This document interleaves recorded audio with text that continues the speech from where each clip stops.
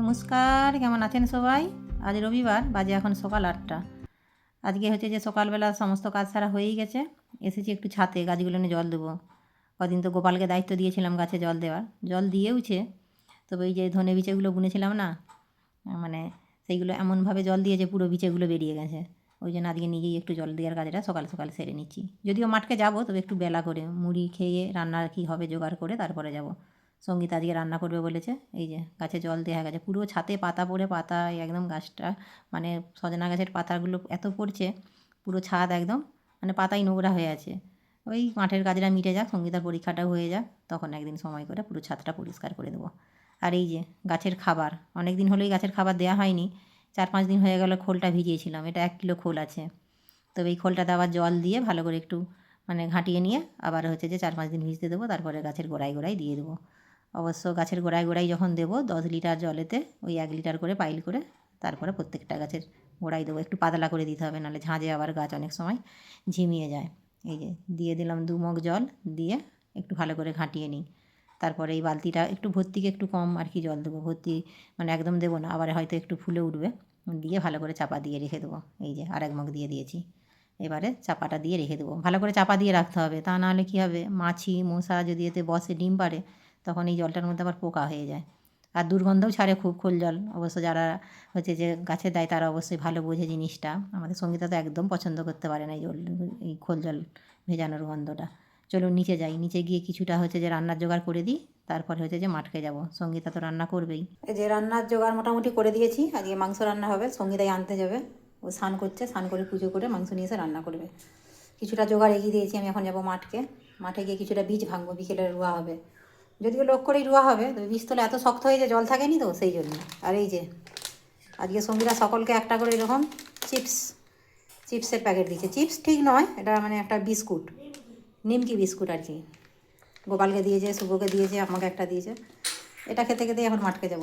চলুন, আর সঙ্গীতা দিকে রান্না করবে, করুক। চলুন, যা হবে এসে দেখা যাবে, যা রান্না করবে সেটাই ভালো। তবে রান্না যদিও ভালোই করে আগের থেকে। আর এই যে গোপালের স্কুল তো ছুটি, আজকে তো এমনিতেই রবিবার, তাছাড়া এখন মাধ্যমিকের জন্য ওদের স্কুল তো ছুটি। সারাদিন কোনো না কোনো কাজ ঠিক খুঁজে পেয়ে যাচ্ছে, কি করবে না করবে ঠিক কাজ মোটামুটি ও পেয়ে যাচ্ছে। ও তার করুক ওর মতো কাজ। চলুন আমি এবার যাই মাঠে গিয়ে কতগুলো কি বীজ ভাঙতে পারি, তারপরে বাড়ি এসে দেখি কি করে ওরা। এই যে এইগুলি ভাঙা হয়েছে, বেলাটাও হয়েছে, 1:30 বাজে। এই যে ভাঙা হয়েছে, তারপরে রুয়া হবে বিকালা, লোক দিয়ে রুয়া হবে। এই যে এই জমিটা, যেটা হচ্ছে যে পানা তুলেছিলাম, এই জমিটা হয়ে গেলে আর একটা জমি আছে, সেটাও হচ্ছে যে 2 চাষ হয়েই গেছে। সেটা বিকেলের দিকে গিয়ে একটু বাগাবো। তারপর হচ্ছে যে বীজতলাটা নিজেই রুইব। বীজতলাটা চারিদিকে একদিন বাগিয়ে রেখে একদিন রুয়া হয়ে যাবে। চলুন যাই বাড়ি, অনেকটাই বেলা হয়েছে। ওই যে গোপাল আবার ডাকতে এসেছে। চানটা মনে হচ্ছে করে ফেলেছে, দেখেই বোঝা যাচ্ছে। চান করেছিস? রান্না হয়েছে? চ, আজ 1:30 বেজে গেছে, আমি বুঝতেই পারিনি। এ কি বলছিস? হ্যাঁ হয়ে গেছে। চ, কোথা কুকুর? ও চ চ চ চ, বিকালে আসবো আবার জমি বাগাতে। চ, এই কদিনের মধ্যেই পুরো মাঠ বেশ সবুজ হয়ে গেছে। এক পাশ থেকে হাল হচ্ছে, এক পাশ থেকে ঠিক রুয়াটাও চলছে। বেশ ভারী সুন্দর লাগছে, কদিন পরে তো আরও সবুজ হয়ে যাবে। দেখি কি ধরেছ, আর খেতে কাজ নেই, আর ক্যাংড়া ধরেছে। চ চ চ, ফেলে দেখছি মাঠে এখন ক্যাংড়া মারা বীজ দিচ্ছে, ফেলে দাও। ধান জমি ফেলো, এমনি সাইডে ফেলো, ফেলে দেখ, ক্যাংড়া মারা বীজ দিয়েছে। চ, ফেলে দাও। এই কাঁকড়াগুলো হচ্ছে যে ওষুধ দিয়েছে, সেই জন্যেই এই মাঠের উপরে ধারের গায়ের দিকে সব ভেসে চলে এসছে। ওই বীজ লাগানোর আগে ওষুধটা দেওয়া হয়, যাতে না হচ্ছে যে কাঁকড়াগুলো বীজগুলোকে কেটে দেয়, কুচকুচ করে কেটে দেয়, তো সেই জন্যেই আর কি। চলুন যাই বাড়ি, গিয়ে এবারে হচ্ছে যে স্নান করে ওদেরকেও খেতে দিই। চলে এসেছি বাড়ি, স্নান করাও হয়ে গেছে। এদিকে সঙ্গীতা রান্নাও কমপ্লিট, রান্নাও বেশ ভারী সুন্দর করেছে, কালারটা একদম খুব সুন্দর এসেছে। এখন মোটামুটি মাংস রান্নাটা ভালোভাবেই শিখে গেছে, পুরোপুরিভাবে একদম পাকা রান্নি। আর এই পাকা রান্নিটা একদিনে যে হয়েছে তা নয়, প্রথম প্রথম যখন রান্না করতো কষানোটা কম হতো, একটু কাঁচা মশলা মানে গন্ধটা থাকতো, সেদ্ধটা হয়তো একটু কম হতো।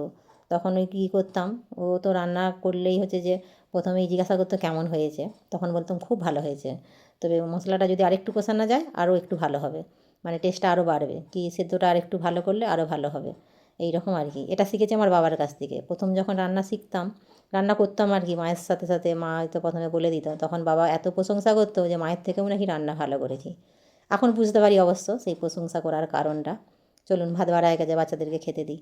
চলুন তাহলে ভিডিওটা এখানেই শেষ করছি। কেমন লাগলো অবশ্যই জানাবেন। আপনারা সুস্থ থাকবেন, সাবধানে থাকবেন। দেখা হবে অন্য কোনো ভিডিওর সাথে। আর যদি ভালো লাগে একটা লাইক করে দেবেন।